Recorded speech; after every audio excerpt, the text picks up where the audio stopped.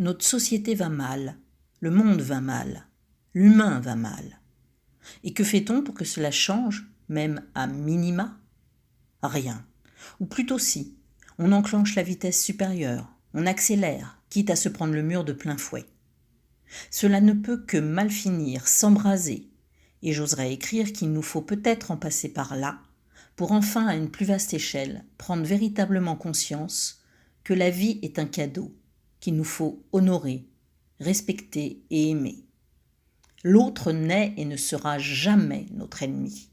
Lorsque l'on aura compris cela, on sera prêt à changer de paradigme, à évoluer vers un autrement. Tant que la société et ceux qui la composent alimenteront la division, la haine, le mépris, l'arrogance, l'individualisme, l'ego, l'humanité souffrira et courra à sa perte. Tout ce qui se déroule sous nos yeux actuellement est là pour tenter d'éveiller en chacun de nous une compréhension différente de ce qu'être humain veut dire, de ce que vivre sous-entend de compassion, de tolérance et d'amour. Ce n'est pas en se jetant la pierre, en se renvoyant la faute, en nourrissant l'ombre qui vit tapie en chacun de nous, que nous réussirons à entrevoir la lumière dans un monde perverti et égotiste.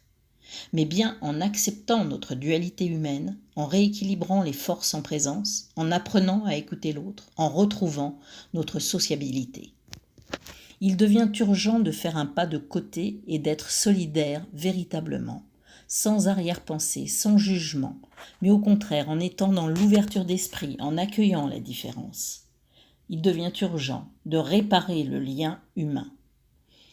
Les populations sont ballottées par le vent de l'histoire et par ceux qui la font du haut de leur trône doré, à grand renfort de communication déconnectée de la réalité du terrain, avides de pouvoir et d'emprise. Il nous faut nous souvenir que nous avons la capacité, nous les anonymes, les petites gens, à faire le point de bascule dans un monde en déliquescence. Mais si nous nous unissons, et uniquement si nous nous unissons. Lorsque je lis les invectives, les insultes, les jugements à l'emporte-pièce que les uns et les autres se jettent à la figure, sur les réseaux entre autres, je m'interroge. Quand deviendrons-nous des êtres humains, tout simplement?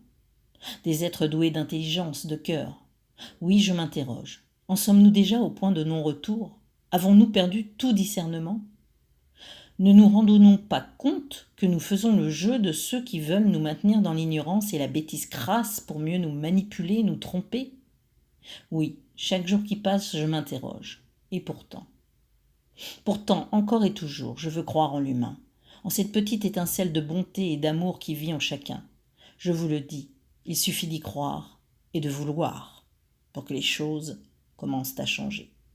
Alors faisons acte de cœur, balayons nos colères, nos ressentiments, réapprenons le sens du partage et de l'union. Cessons de regarder en arrière, œuvrons ensemble d'une même voie pour un monde plus juste. L'avenir sera ce que nous en ferons. Aucun sauveur ne viendra de l'extérieur. Les réponses sont en nous. Soyons à l'écoute de notre cœur. Prenons la mesure de ce qui se joue. Arrêtons de nous déresponsabiliser. Osons regarder la réalité en face. Sachons entendre le mal-être de l'autre. Partageons avec lui ce qui nous malmène. Et ensemble, décidons du monde que nous souhaitons pour demain.